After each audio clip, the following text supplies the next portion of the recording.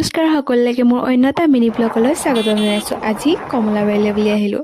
দুকানৰ কেইটামান বজাৰ আছিলে, যিহেতু ল'ৰা নাইকিয়া ঘৰ, মাক দেউতাকৰ বাবে আমি ছোৱালীবোৰে ল'ৰা নিচিনা এয়া আহি ৰাস্তাটো মাজতে বহুত বেয়া আছিলে। এইকেইদিন বৰষুণ দি আছিলে যে বৰষুণৰ পানীখিনি ৰখি আছে। মাজতে পুলিচ দাদা কেইটামানকো লগ পালোঁ। বাকীখিনি কি হ'ল জনাই আছোঁ ৰ'ব। আহি আমি কমলাবাৰী চাৰিআলি পায়ে গ'লোহি। এই স্কুটিখন অলপ আগতে ৰখাই লৈ আমি এইকণ খোজকাঢ়িয়ে বজাৰকেইটা কৰিম বুলি আহিলোঁ।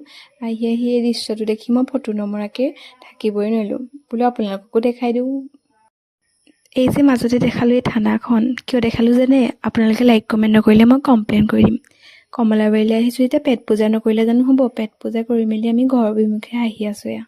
যিহেতু দোকানৰ বজাৰ কৰি পেলাই আহিছিলোঁ, সেয়ে আগপিনে পাছপিনে চবপিনে বস্তুৱে আৰু আহি পটীয়া তিনিআলি অলপ ৰ'লোহি। আমি পঢ়ি যোৱা এল পি স্কুলখনৰ ওচৰত অলপ ৰ'লোঁ। এঘৰ আহি পাই গ'লোহি। আজিলৈ ভিডিঅ'টো সামৰিছোঁ। কেনেকুৱা পালে কমেণ্ট